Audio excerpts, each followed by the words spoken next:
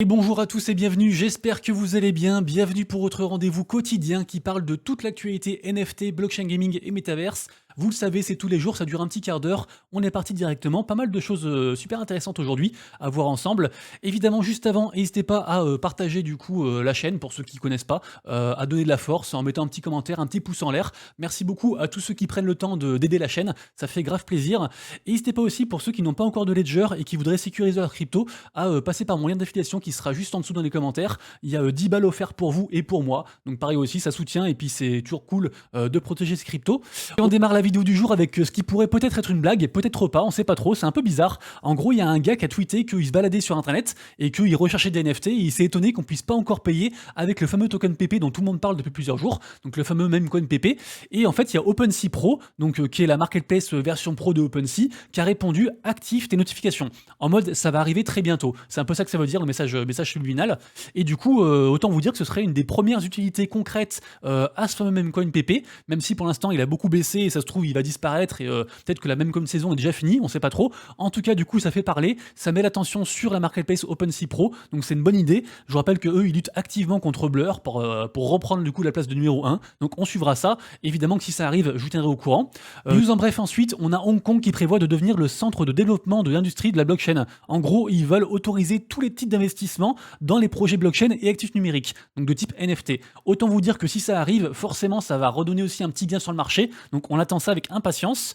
Aujourd'hui, je voulais revenir sur le succès de ces derniers jours de la part de la collection DeGods, qui était, je vous le rappelle, la première collection sur Solana, qui est partie du coup sur ETH, parce que son fondateur Frank l'a décidé ainsi, et si vous voulez, au début il y a eu plein de FUD, parce que du coup les gens se disaient mais c'est des traîtres et tout, ils sont partis de Solana, ils vont sur ETH, c'est n'importe quoi et tout, ça n'a pas marché. Finalement du coup, c'était descendu jusqu'à quasiment 7 ETH, et en fait là dernièrement c'est beaucoup remonté, ils ont de très très bonnes nouvelles, autant leur seconde collection qui s'appelle Youths, qui est sur Polygon, elle est pas ouf pour l'instant, elle est je crois à 1,4 ETH de floor price, un truc comme ça, ça descend un petit peu, autant la collection la collection principale, la collection des Gods est en train de surperformer le marché actuellement. J'arrête pas de vous le dire, le marché actuellement il est très compliqué, rien que se maintenir c'est déjà un exploit en soi, et du coup augmenter encore plus, surtout quand on est à un si haut floor price, c'est encore plus un exploit. Et du coup là actuellement vraiment il y a de très très jolies nouvelles. Je vous rappelle que Blur vient juste d'autoriser les emprunts de NFT, donc en fait vous mettez votre NFT en collatéral, vous empruntez de l'argent, donc maintenant on peut le faire aussi avec des Gods. Donc avant il y avait Azuki, CryptoPunks et puis les Milady, maintenant on a aussi des Gods, donc ça reste une news très très bullish. Pendant le space il y a aussi eu des news du type plus d'utilité par rapport au stacking de des Gods, enfin il y a plein de choses qui vont arriver sur cette collection-ci, donc vraiment c'est un blue chip à part entière, on peut plus en douter maintenant, c'est vraiment acté quoi. Et on a aussi ça aujourd'hui qui a été tweeté par Binance NFT, on a Binance NFT qui a tweeté quand est-ce qu'il y aurait une features entre des Gods, Bitcoin et Binance NFT, parce qu'il y a deux choses. Les DeGods, ils ont envoyé, en fait, si vous voulez, quand la collection des Gods a été créée au tout début, ils ont burn un nombre de DeGods, c'est-à-dire ils les ont envoyés sur un wallet sans possibilité de les reprendre, donc ils sont perdus à tout jamais. Et en fait, quand la hype sur les NFT ordinaux, donc les NFT Bitcoin est arrivée, et bah Frank de DeGods, du coup, il a recréé une collection, entre guillemets, linkant du coup les numéros des DeGods burnés. Il les a entre guillemets inscrits sur du coup la blockchain ordinale, et en gros il a créé du coup une seconde collection des Gods sur Bitcoin. Ok, je sais pas si vous avez tout compris, mais en gros voilà, il y a deux collections pour l'instant des Gods, celle du coup sur ETH et celle sur Bitcoin. Et en fait celle sur Bitcoin marche très très bien, on a encore une vente quasiment à un Bitcoin entier hier je crois, ou dans la nuit, donc très récemment aussi, donc c'est un truc qui marche très très bien. Et en fait Binance NFT, ils viennent d'annoncer, enfin Binance tout court d'ailleurs, hein, ils viennent d'annoncer qu'ils allaient arriver du coup sur la marketplace version ordinale.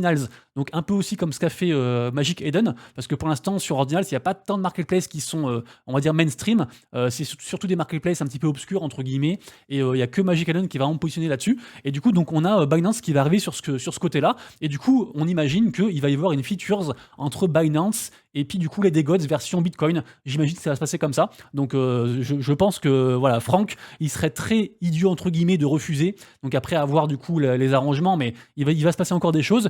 Et du coup en fait tout ça rayonne aussi sur la collection ETH des Gods, donc du coup assez incroyable. Et peut-être par effet rebond, peut-être ça bénéficiera aussi peut-être à Youths, je sais pas, mais pour l'instant Youths comme je disais c'est pas foufou quoi. Et d'ailleurs Binance aussi qui a annoncé un truc de fou, puisque en fait Binance vont lancer une sorte d'émission de télé-réalité entre guillemets une sorte d'émission en fait qui va retranscrire un métaverse. Du coup, ils appellent ça le Build the Block. Et en gros, ce sera 12 équipes qui vont concourir, qui vont lutter les unes contre les autres, en fait, pour devenir le meilleur entrepreneur Web3. Donc, c'est une sorte de qui veut être mon associé, avec du coup nous en tant que jury et dans le métaverse et par Binance. Enfin, c'est assez intéressant. En tout cas, tout ça du coup commence le 12 mai. Il y aura le premier épisode du coup sur YouTube le 12 mai. Et qu'est-ce que j'allais dire aussi d'autre, c'est que du coup voilà, il y a un peu des stars entre guillemets du milieu qui sont dedans. Notamment, il y a la cofondatrice de Binance qui s'appelle Yihé. Il y a aussi le numéro 2 de Animoca Brands qui est dedans, qui s'appelle Robbie Young. Enfin, il y a pas mal de trucs intéressants. Donc on suivra ça. Et il y aura aussi sûrement des choses à gagner parce qu'apparemment il y a des gros lots aussi à gagner. Donc j'imagine qu'eux ils sont tous riches. Donc les lots je pense seront pour la commu. Je vois ça comme ça. Mais en tout cas super intéressant. Ensuite rapidement, je pensais que le téléphone de Solana était disponible partout. En fait non, il n'était pas disponible partout. Et du coup donc là ils ont autorisé à d'autres pays en plus de pouvoir commander le téléphone. Donc je sais pas si vous êtes tous en France ou en tout cas francophones, j'imagine, hein, ceux qui suivent la chaîne. Mais voilà, si vous êtes genre au Canada par exemple, et ou en Suisse, sachez que vous pouvez maintenant désormais commander le téléphone de Solana. Et je vous rappelle aussi que quand vous commandez le téléphone de Solana, vous avez un NFT Genesis qui est lié au téléphone et qui donne pas mal d'avantages. Notamment là, le 15, alors je crois que ça va être repoussé, mais normalement le 15, il y avait un mint de la seconde collection de Claynosaur, qui est une grosse collection sur Solana, et qui était entre guillemets autorisé que aux holders de ce fameux NFT Genesis, que seuls du coup les propriétaires de téléphones Solana ont. Ensuite, toujours concernant Solana, vous le savez, sur Solana actuellement on parle quasiment que de Mad Lads et du coup de leurs fondateurs qui sont à l'origine du wallet Backpack, qui est aussi un wallet qui permet la nouvelle technologie des XNFT. Pour l'instant du coup c'est un truc qui est pas forcément très mis en avant parce que il y a la hype des mêmes coins, mais peut-être que quand ça va se tarir de ce côté-là, peut-être que du coup il y aura une super hype entre guillemets par rapport aux XNFT, donc ces fameux NFT qui intègrent du code. Et donc là en fait on a quelques collections qui commencent à arriver du coup sur les XNFT. Notamment on a Rock Shark et en gros ça permet si vous voulez aux gens d'interagir avec leur NFT et avec différentes applications directement dans le wallet Backpack. Donc super intéressant de voir ça. Donc il se passe de plus en plus de choses au niveau de Backpack, au niveau de Mad Labs. Franchement c'est un truc qu'il faut vraiment dig. Il y a aussi il y a aussi ça aussi. Je sais pas si vous je pense que vous connaissez parce que du coup Bird Eye, si vous voulez, c'est un site qui permet de suivre notamment tous les shitcoins du moment. Donc du coup beaucoup de gens connaissent ou ont appris à connaître parce que du coup c'est comme ça qu'on suit les charts de ces shitcoins. Et si vous voulez, Bird Eye, du coup, ils ont aussi fait une intégration au XNFT. Et maintenant, à travers le wallet directement Backpack, on peut aussi suivre du coup les charts des différents tokens. Donc, pareil aussi super intéressant. Ça bulle de beaucoup hein, du côté de Mad Labs, vraiment, ça bulle de beaucoup. Une nouvelle émission va voir le jour sur la marketplace Magic Eden. En effet, ils nous annoncent qu'à partir d'aujourd'hui et une fois par semaine, ils vont interviewer des acteurs de l'écosystème NFT. Donc, à travers toutes les blockchains d'ailleurs. Donc, du coup, moi j'ai postulé. On sait jamais, des fois, avoir un peu de culot. On suivra du coup tout ça. Il y a quelques jours, je vous ai parlé d'une expérience de concert symphonique dans le métaverse. C'était un partenariat avec Sandbox et Artifact. Et en fait, j'ai appris ce matin que Artifact, ils viennent de lever 3,25 millions de dollars. Alors, a notamment participé à la levée de fonds Animoca Brands, et on sait qu'ils sont très proches de Sandbox, donc du coup on voit bien les liens du coup entre les différentes boîtes.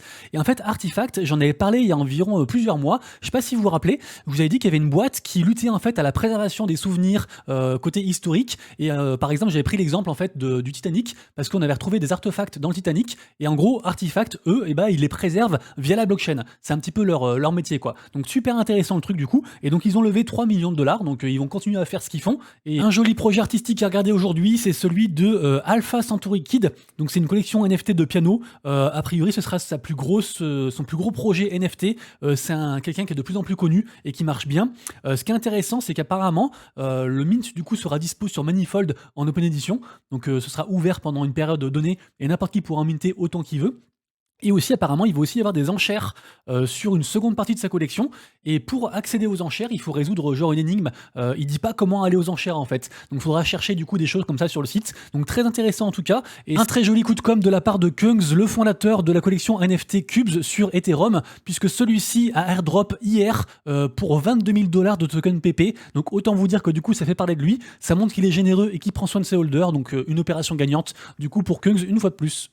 La collection Coolcat sur Ethereum cumule les bonnes nouvelles et pourtant son floor price ne semble pas augmenter. Là, la bonne nouvelle, c'est quoi? C'est qu'en fait, ils vont participer, les gens ont voté, la commu a voté, ils ont gagné et du coup, ils vont représenter en fait un char pendant le défilé de Thanksgiving des magasins de la chaîne de magasins Massy, très grosse boîte américaine, et du coup, en fait, ils auront un ballon géant. Donc du coup, l'événement, ce sera pour fin novembre 2023, je crois, un truc comme ça. Et c'est quand même vu par quasiment 50 millions de personnes. Donc encore une fois de plus, des très bonnes nouvelles. Et puis on espère que les Cool Cats vont repartir de plus belle. Le projet de Nike, donc la plateforme Swoosh, qui du coup fait un report par rapport à sa fameuse collection NFT qui faisait référence au Air Force. Donc du coup, a priori, ce sera dispo le 15 mai. Ça devait sortir normalement cette semaine, et donc c'est un petit report d'une semaine, donc on verra ça. Ça reste un gros projet. Ensuite, on a Jack Grealish, qui est donc, alors je crois que c'est un mec qui joue à Manchester City, si je dis pas de bêtises. C'est un joueur assez connu, et en gros, apparemment, je savais pas, mais il est aussi DJ. Et du coup, il a fait une performance en fait avec OKX pour du coup dans le métaverse. Donc en gros, il a fait un concert dans le métaverse avec OKX. Donc assez intéressant de voir ça aussi, de voir des personnalités reconnus qui font ce genre de choses. Du côté de la blockchain Sui, qui est toujours en galère, il y a une collection qui marche, on en parlera juste après. En tout cas, on avait Outcast, qui est une collection qui était très attendue, qui a annoncé son départ en fait. Ils quittent du coup la blockchain Sui parce que trop de problèmes, et ils arrivent du coup sur Solana. Donc on verra si ça marche pour eux, mais du coup voilà, ils abandonnent le navire. On passe ensuite aux collections NFT à surveiller et au mythe du jour. La journée est globalement dans le neutre par rapport à hier. Beaucoup de volume bien sûr sur des gods, évidemment, vu que maintenant on peut emprunter de l'argent grâce à ces des gods. Également aussi bien sûr toujours beaucoup de volume sur Melody Maker, la collection qui est très proche de l'écosystème PP. Évidemment, comme tous les jours, vous retrouvez sur mon compte Twitter un tweet avec les NFT les plus hypés de la journée selon moi, avec notamment les mints du jour. Aujourd'hui, on a Slimez qui est sur la blockchain Sui, qui est très attendu. On a aussi un truc intéressant via le wallet Argent. Donc le wallet Argent X, c'est un wallet qui est notamment utilisé pour les layers 2, notamment Starknet. Donc du coup, ceux qui ferment l'airdrop, vous êtes au courant déjà. Pour les autres, sachez que vous avez encore jusqu'à aujourd'hui pour en fait faire au moins une transaction avec le wallet du coup Argentix. Et du coup, il y aura un snapshot ce soir. Et en gros, vous serez éligible à avoir le premier NFT du wallet. Donc ça peut être intéressant. À surveiller aujourd'hui, on a Deblock qui est en train de terminer son mint. Deblock d'ailleurs qui donc est un free mint qui permet d'avoir entre guillemets après des avantages sur une espèce de banque en mode compte courant via un wallet. Très intéressant, j'adore ce projet-là. Et pour l'instant, ça marche très très bien pour eux. On est presque en sold out sur le free mint et actuellement un floor price à 0,13. Donc ça se passe très très bien du coup pour ça. À surveiller bien sûr aussi Nakamingos. Il y a toujours des gros volumes malgré les frais de transaction qui sont très très chers actuellement. Il y a toujours de jolis volumes et ils sont remontés à 0,20. Donc bravo à eux. On a aussi Lo-Fi PP. Alors du coup collection qui a fait un gros pump, un gros dump. Donc soit ça va mourir, soit du coup ça va stagner, soit ça va exploser. Autre guillemets, du coup ça veut dire je sais pas. Mais en tout cas il y a beaucoup de volume donc faut surveiller ça. On a aussi Walsvault qui a beaucoup baissé. Ils ont fait le reveal. C'était à 0,07 avant reveal et du coup là c'est à 0,03. Et c'est vrai que de manière générale les collections drop toujours après un reveal. Ça arrive 9 fois sur 10 parce que du coup il y a beaucoup de gens qui sont déçus, qui voulaient avoir des rares et du coup qui revendent après. Également aussi à surveiller les box des Genesis, des Doodles, donc notamment aussi la collection qui est en lien avec la blockchain Flow. Il y a beaucoup de volume, donc je pense qu'il y a pas mal de news qui vont arriver. Mad Lads, évidemment, avec tout ce que j'ai dit avant, qui sont liés à Backpack, il faut surveiller ça. Ils sont toujours numéro 1 sur Solana, et il devrait aussi y avoir une annonce par rapport au snapshot qui a été fait il y a environ une semaine. Également aussi Fudiz. Fudiz, du coup, je voulais quand même en reparler parce que c'est la seule collection qui marche actuellement sur Sui. Donc bravo à eux du coup, et en fait grâce à leur nom Fudiz et notamment aussi à leur technique de marketing, ils ont réussi malgré plein de problèmes à surfer en mode on est là pour vous escroquer, on est là pour faire du fud etc et tout, et du coup ça a bien marché, et là c'est en train de se reprendre, et du coup voilà c'était tombé en dessous des 100, des 100 suites for price, et là c'est bien remonté, donc franchement bravo. Ensuite, Outlast, c'est aussi un mint qui est aujourd'hui, c'est un play to earn sur Polygon. J'en sais pas beaucoup plus que ça, il y a un petit peu de hype. Je vous mettrai bien sûr le lien en description. Dans le Discord ce matin, d'ailleurs, n'hésitez pas à rejoindre le Discord et à me partager vos infos, hein, je les lis tous les jours. Du coup, dans le Discord ce matin, on a quelqu'un qui m'a partagé ce projet-là, le projet Chikn, et il m'a dit c'est le projet sur Avalanche qui fait le plus de volume en termes de projet NFT. Apparemment, c'est une dinguerie, il y a des NFT évolutifs avec différentes parties qui s'imbriquent entre elles et tout. Il y a une grosse feature qui va arriver très bientôt, il y a aussi un jeu, enfin beaucoup de choses. Du coup, je vais commencer à dire ça, je vous le partage. Si vous connaissez aussi, bien sûr, dites-moi dans les commentaires. Mais apparemment, c'est un très gros projet sur Avalanche, donc pourquoi pas checker ça. Hier, je vous ai parlé de ce projet-là, le projet du coup Photo Finish Horse, parce qu'en fait, ils ont fait un partenariat avec la BBC version sport, et du coup, depuis, en fait, entre hier et aujourd'hui, il y a eu énormément de volume. À la base, ça c'est un jeu un peu de course de chevaux, en gros, et du coup, il y a beaucoup de volume. C'est en train de prendre des très grosses proportions, donc du coup, ça reste une collection à checker aujourd'hui. Ça bouge aussi beaucoup du côté de Lens Protocol. Je vous rappelle que c'est un peu une sorte de réseau social décentralisé. Ils vont faire un airdrop et actuellement du coup leur NFT là, ont repris du coup de la valeur. Ils sont passés de 0,10 à 0,13 ETH, donc ça reste aussi une collection à surveiller. Et on a aussi Kampai Panda aujourd'hui à surveiller parce qu'ils ont fait un gros pump and dump. Ils sont passés de 1 ETH à 1,4 et là ils sont redescendus à 1. Troisième partie de la vidéo, la partie blockchain gaming avec un drama pour commencer, un drama qui concerne Gala Games. Gala Games qu'on ne présente plus puisqu'ils sont de plus en plus connus et en général maintenant tout le monde sait ce que c'est. En gros, Gala Games là, ils vont proposer un prochain jeu très bientôt qui s'appelle Champions Arena. Vous avez trouvé d'ailleurs un article sur Play to Earn Online qui retrace du coup ce que c'est le jeu. En gros, c'est un jeu de stratégie au tour par tour qui est assez hypé. Et en fait, là, du coup, ils vendent les premiers NFT qui sont liés au jeu sous forme de bundle, donc de groupes de NFT, avec dedans, genre, il y a un land, un personnage légendaire, enfin différents trucs. Et il y aura plein d'avantages. On va pouvoir associer un champion avec ces NFT-là. On va pouvoir les louer et a priori gagner aussi de l'argent, avoir un bon retour sur investissement. Enfin, en tout cas, voilà, c'est un petit peu la promesse de Gala Games. Le problème, c'est que ce groupe de NFT coûte la bagatelle de 1000 balles, en gros. 0,73 ETH. Et encore, ils font 30% de réduction pour les premiers temps. Sinon, c'est beaucoup plus. Et du coup, ça divise parce que c'est quand même très très très très cher, surtout en cette période. Et c'est vrai que Gala Games est quand même connu pour en fait faire des NFT très très chers. Souvent, les gens disent que c'est une blockchain de riches entre guillemets Gala Games. Donc, à voir du coup ce que ça va donner. Mais du coup, on a vu plusieurs influenceurs qui disaient que c'était pas normal de faire un mint aussi élevé. Dites-moi ce que vous en pensez. Est-ce que c'est bien parce que voilà, si les gens sont prêts à acheter, je sais pas. D'ailleurs, on peut aller voir parce que du coup, on peut voir du coup les mints en direct. Actuellement, il reste, voilà, pour l'instant, il n'y a que 21 NFT qui ont été vendus, donc c'est pas fameux. Donc a priori, c'est pas forcément une très très bonne strat de la part de Gala Games. On passe ensuite du côté Axie Infinity, puisqu'il va y avoir la 4e saison qui va arriver très bientôt, avec beaucoup de changements, beaucoup de leaks, beaucoup de nouvelles features qui ont été annoncées. Et regardez-moi ça, hier, il y a eu un Town Hall. Donc un Town Hall, c'est un peu une sorte de Twitter Space, mais version Discord, et il y avait 630 personnes qui attendaient le début du truc. Donc même pas, donc après c'était beaucoup plus, mais pour vous dire qu'il y a encore beaucoup de hype au niveau d'Axie, et du coup tout le monde attend avec impatience la saison 4 de Axie. Je vous rappelle que Axie, ils ont plein de jeux maintenant qui sont associés à l'écosystème. Il y a des jeux par rapport au land, il y a des jeux qui ont été faits par rapport à la commu, enfin que la commu a proposé à Skymevis, la boîte qui est derrière Axie et qui a été validée. Donc vraiment ça bouge beaucoup de ce côté-là, et vraiment c'est plutôt très chouette. Du côté de la blockchain Wax, on a une amélioration pour, on va dire, les développeurs, en tout cas ceux qui veulent faire des jeux, puisqu'ils ont sorti des plugins liés du coup à Unity. Unity, si vous voulez, c'est un petit peu un moteur de jeu qui permet de faire des jeux. C'est par exemple Sandbox est fait sur Unity pour la faire courte. Et en gros, là, ils sortent des plugins qui permettent, on va dire, l'adaptation entre le côté création de jeu et le côté blockchain, avec du coup aussi tout ce qui est smart contract, interaction avec les wallets, etc. Et du coup, c'est une solution simplifiée pour les gens qui veulent créer des jeux et pour les inciter en fait à venir sur l'écosystème Wax. Très étonnant, on a Kevin Fox. Kevin Fox, c'est un producteur hollywoodien assez âgé. Il est très reconnu dans le milieu. C'est le mec qui a fait le projet Blair Witch, pour ceux qui connaissent, le film d'horreur. Et figurez-vous qu'en fait, il s'est servi d'un roman graphique pour faire une collection NFT qu'il a appelée Mandala. Le reveal a eu lieu il y a pas très longtemps d'ailleurs. Le reveal a eu lieu le 5 mai. C'est la collection qui est ici. Et en fait, suite du coup à cette collection-ci, il veut aussi faire un jeu, donc un MMORPG, à la fois MMORPG et à la fois aussi avec un côté métaverse. Et en gros, sa ligne de conduite, c'est de lutter, on va dire, contre la mainmise, la domination des Sony, PlayStation, etc. Je vous mettrai tous les liens en description. L'histoire est intéressante, donc pourquoi pas. Article sur Decrypt.co qui est assez complet. Donc à vous de jouer. Du côté de l'écosystème Ultra Games, on a un partenariat avec le projet Synergyland. Synergyland, c'est un projet, c'est un MOBA en gros qui est très attendu, qui m'a l'air vraiment cool. Je sais plus si j'ai des vidéos dessus. Au pire, je vous mets la petite vidéo ici pendant que je vous parle. Et en gros, du coup, ce sera launché sur le Steam Like qui s'appelle donc Ultra. Pour l'instant, Ultra, ils ont quasiment 20 jeux blockchain. Et du coup, voilà, ça marchouille. Mais Synergyland, c'est vraiment un truc qui est très attendu. Donc peut-être que ça peut aussi rebooster aussi, maintenir la hype du début de lancement de Ultra. Je vous rappelle que Ultra, c'est arrivé il y a genre une semaine. Donc c'est très très récent encore. Ensuite, très intéressant puisque Pegaxi n'est pas mort. Alors Pegaxi, c'est un petit peu comme Sunflower.